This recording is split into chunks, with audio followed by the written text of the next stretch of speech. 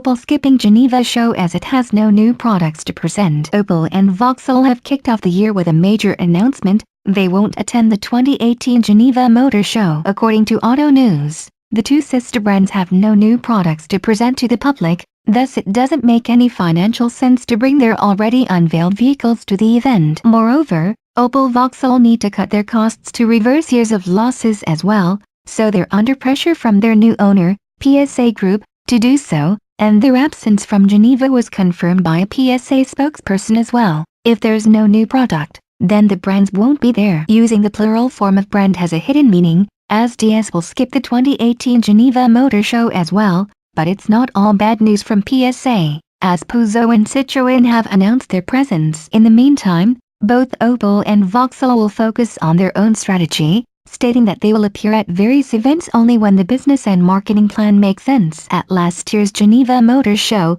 Opel hosted 7 new vehicles, such as the Crossland X and Grandland X, alongside the latest insignia in Grand Sport and Sports Tour guises.